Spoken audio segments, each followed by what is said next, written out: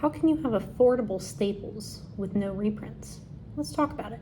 Everybody, welcome to Wonders, a workshop, and today we are talking about and kind of speculating about how is Wonders going to do staples and the cards that really, we would expect to see in any deck if there are no reprints.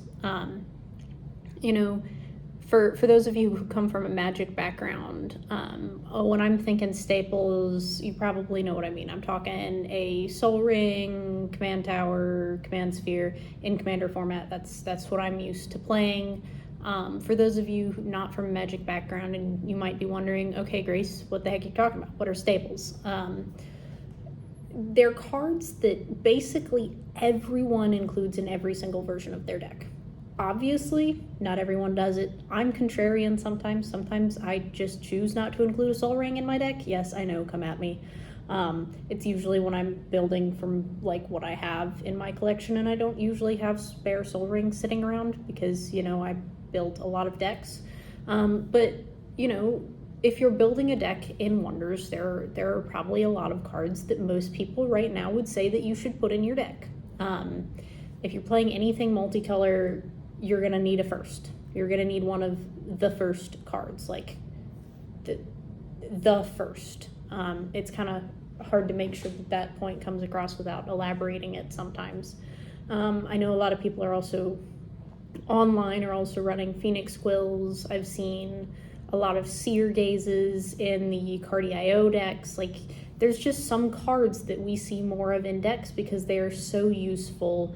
And they help the game progress factor, help your deck be a better deck. And so there's a lot of questions, and I have the same thought. Like, how is that going to work with the Wonders no reprint promise? For anybody wondering, I'm going to read it for you. If you're looking for it, it's at the wondersccg.com. The Wonders Way is the little category that it's on. Wonders Way is the little category it's under, and it's their second principle. Article 2, Sustainable No Reprint Promise. We promise not to reprint cards after their print window closes, preserving collectability and integrity. Limited exceptions include serialized alt art versions of 1,000 cards or fewer. So I'm mostly going to just spend this video using the first as an example because, you can play most decks without a Seer's Gaze. You can, if you're not playing, you can do without a Seer's Gate, you can do without a Phoenix Quill. If you're running a more than one orbital deck, running without a first is a little wonky. It's definitely not what most people would expect to see. It's by no means required, but it makes playing that deck a lot easier. And so, if there is no reprint of the first, how does that affect the long-term playability of the game? Is kind of the question that I'm getting at here. How are we going to develop staples that are accessible to anyone playing the game if there are no reprints, other than these limited exceptions, alternate alt art versions of 1,000 cards or fewer? So, the automatic first thought is, okay, so maybe there are cards that are an exception to that. Maybe the first can be printed outside, but I feel like it would say something more. It just says limited exceptions include serialized blah, blah, blah, blah, blah, blah, blah. So I feel like it would say limited exceptions include serialized alt arts and certain cards. And, that feels like it would have to say that. I think the other option is that we're going to be seeing the max serialized number of these, staples that can't be, reprinted otherwise and can't function with a similar card. Like, there will not be another card that does what the first does, I don't think. It's too unique in its spot in the game. I don't think the team in Discord has said a lot that they aren't planning to do functional reprints, which makes sense. So, there's also not that. But I think we might see with some other things, like mechanics showing up again. I would be surprised if we don't see removal in each set. I would be surprised if we don't see, the basic things that you need for the game in each set on some level, like action boosters, lands that have harvested, like, just things that the basic mechanics that make the game function. I think we'll see them in every single set because of this. And I think that'll make a lot of options available to people without doing necessarily functional reprints. At a certain point, we might get to a point where where there is a need for functional reprints. If, we exhaust every way to say banish a card. But I don't expect that will happen soon. I think, there's something to be said for, the figuring out the balance of playability and collectability. If,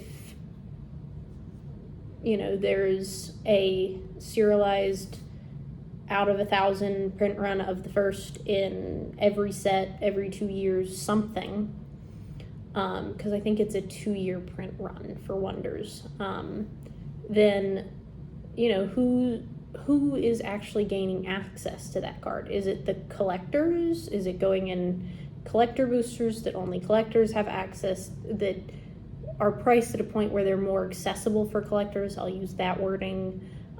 Or is it going into play boosters as a special hit that you can get that'll make, overall playing that more accessible? I don't know what the answer is. I think a lot of ingenuity is going to come from the Wonders team in figuring out how to make staples happen. We saw a decrease in the DBS of the Phoenix Quill.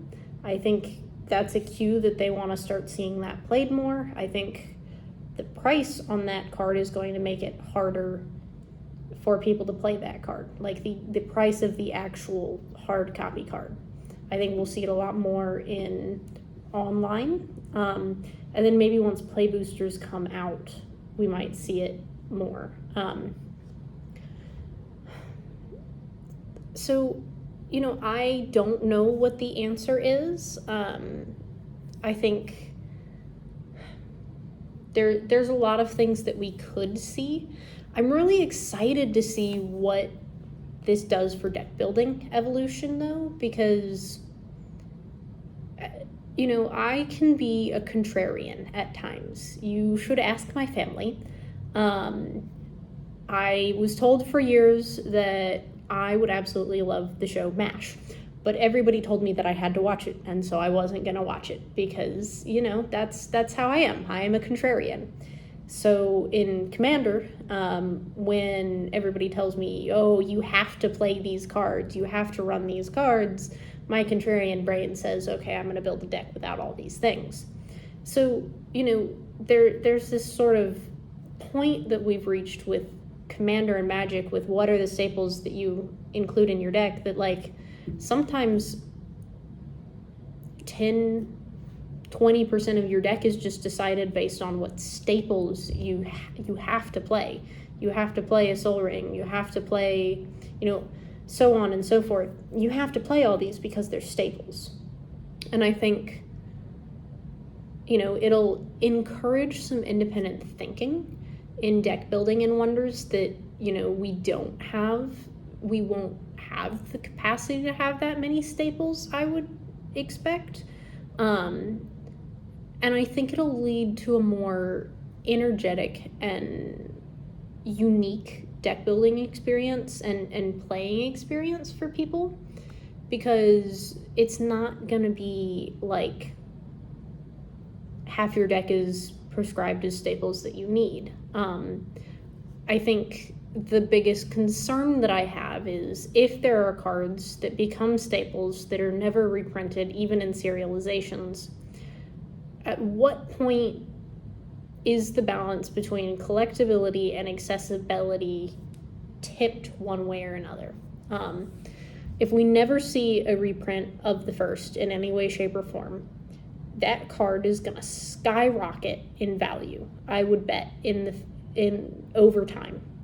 If we only ever see this one printing of the first in existence set play boosters, and it's so good for like anything other than a single orbital deck, I think it'll go up in price. So I think there's a balance of accessibility and collectability. You've heard me talk about that before, player versus collector mindset. It's the same sort of thing.